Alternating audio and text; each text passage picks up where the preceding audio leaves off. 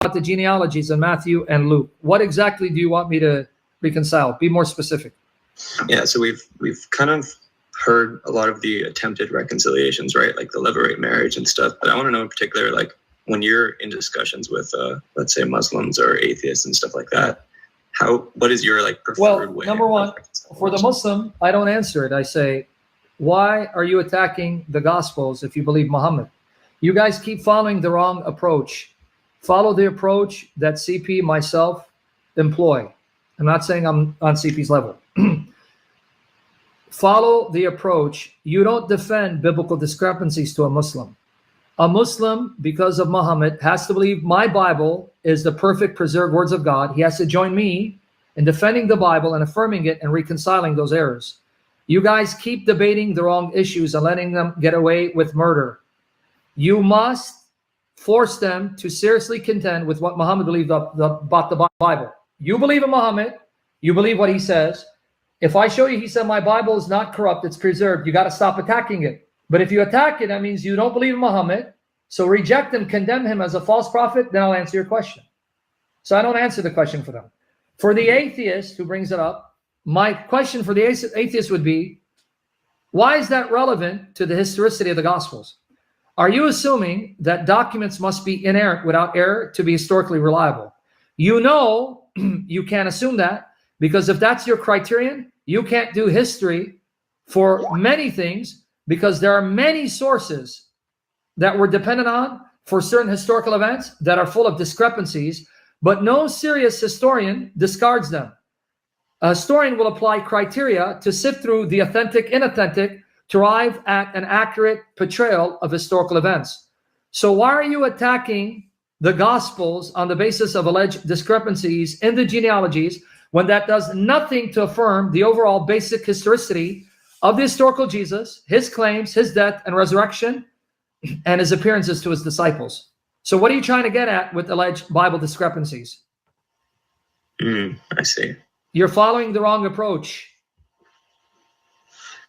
Because I guarantee you, when you answer the alleged discrepancies, they're going to bring 10 more. Because they're not looking for answers. They're looking to try to cause you to lose faith. I guess on that topic then, because that makes sense, I have a question. What do you, if you encounter somebody who's just completely apathetic? Oh, if someone's asking me as a Christian who wants to know, number one, any attempted harmonization, conciliatory approach is simply conjecture. What do I mean? I don't have Matthew in front of me and Luke in front of me, so I can't ask them. And I can't read their minds. They're with the Lord, right? That's why there's so many different attempts of harmonizing the genealogies. But the fact that they can be harmonized shows that there are no real contradictions, because if any harmonization works, then the alleged contradictions dissipate. But the problem is, just because you may come up with an harmonization that works, that reconciles them, right? Reconciles them. That doesn't mean that harmonization is correct, because unless Matthew and Luke are here to tell you, yeah, that's right, it's conjecture. You get my point? That makes sense. So keep these facts in mind. A harmonization is simply that, an attempt to reconcile what appears to be a discrepancy. So if that harmonization reconciles them, then that shows no real contradictions exist. But that harmonization still may be wrong, because that may not be the way to harmonize it. Unless God tells you that's correct, it's simply conjecture. Right? Now, in light of all that, the way I reconcile it is very easy. I take Matthew's genealogy to be Joseph and giving us the legal line. But Luke 3, it's not Joseph's, it's Mary. And let me give you some proof for it. Is it a coincidence that Matthew gives you Joseph's perspective of the Annunciation? You're given Joseph's view of the Annunciation, the Incarnation, and the role he played, whereas Luke gives you Mary's perspective. Is that a coincidence? In Luke, it's all from Mary's perspective, what she saw, what she heard, what she pondered. Whereas in Matthew, you're not given Mary's perspective, you're given Joseph's perspective, what he felt, when he found out Mary was pregnant, what he wanted to do, how he reacted, how God comforted him, and the role he played, and the revelations. So it's Joseph's perspective, right? So because it's Joseph's perspective, it makes sense we're given Joseph's genealogy, especially when it ends with him being begotten by Jacob, and he had nothing to do siring Jesus. Whereas with Luke 1, Luke 2, it's Mary's perspective. So it makes more sense that Luke 3 is giving you Jesus's maternal line, giving his actual biological line from his mother. But then why is Joseph mentioned? Because in genealogies where there are no male sons, the husband will assume the line of his father-in-law, because he stands in the place of his father-in-law in case his father-in-law has no sons.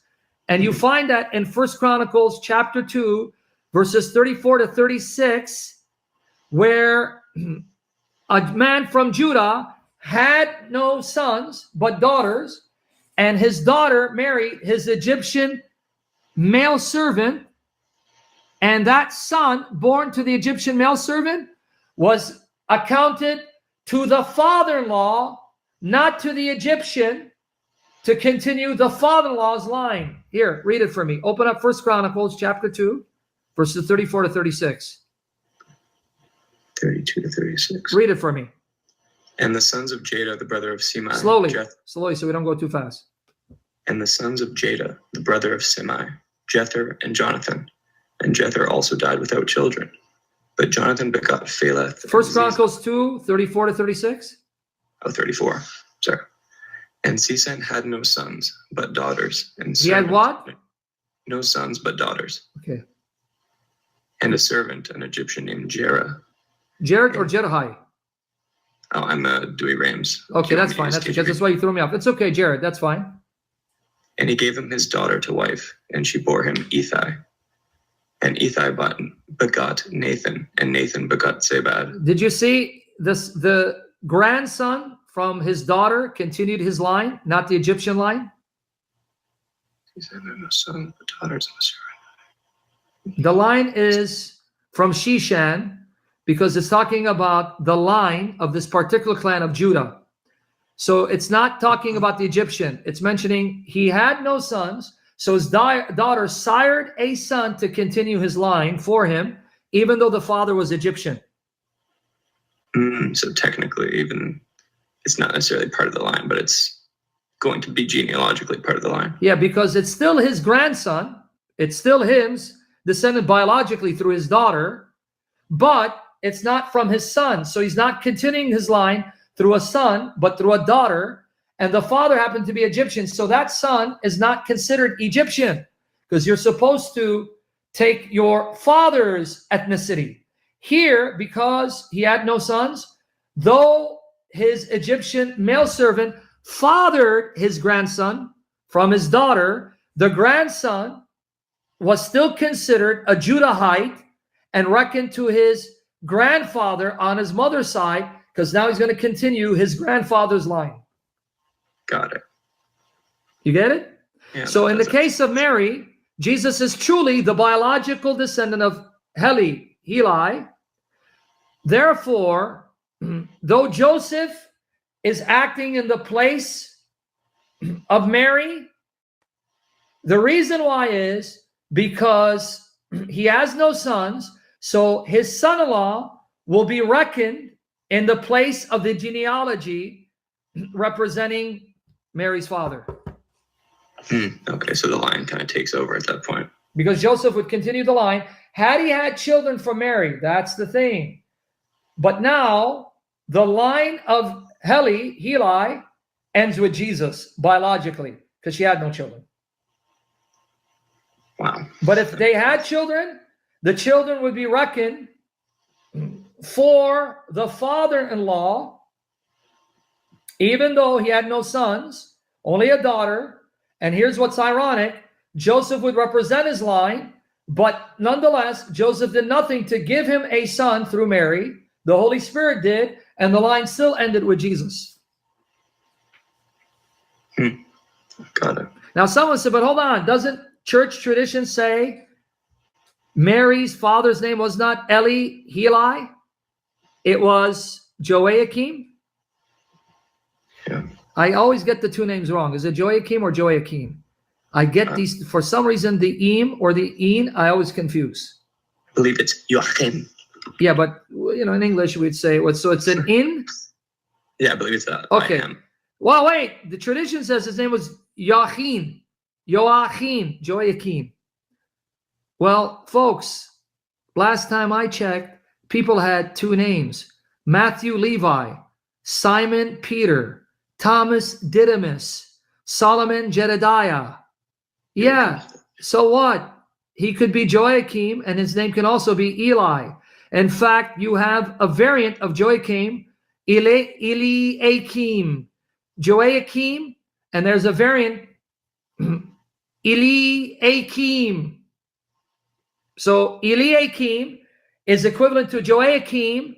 So if his name is Joachim, then it's not surprising he'd be called Eli, short for Eliakim, which is the synonym of Joachim. Right? Pretty much perfect. But my point being, who told you that Eli isn't also Joachim? Simon Peter, Thomas Didymus, right? Matthew Levi, Solomon Jedediah, because a lot of people don't know that Solomon was also called Jedediah by God. In 2 Samuel 12:25, God tells Nathan to name him Jedediah. Jehovah loves him. So there you go. I hope that answered your question. Yeah, it did. Thank you.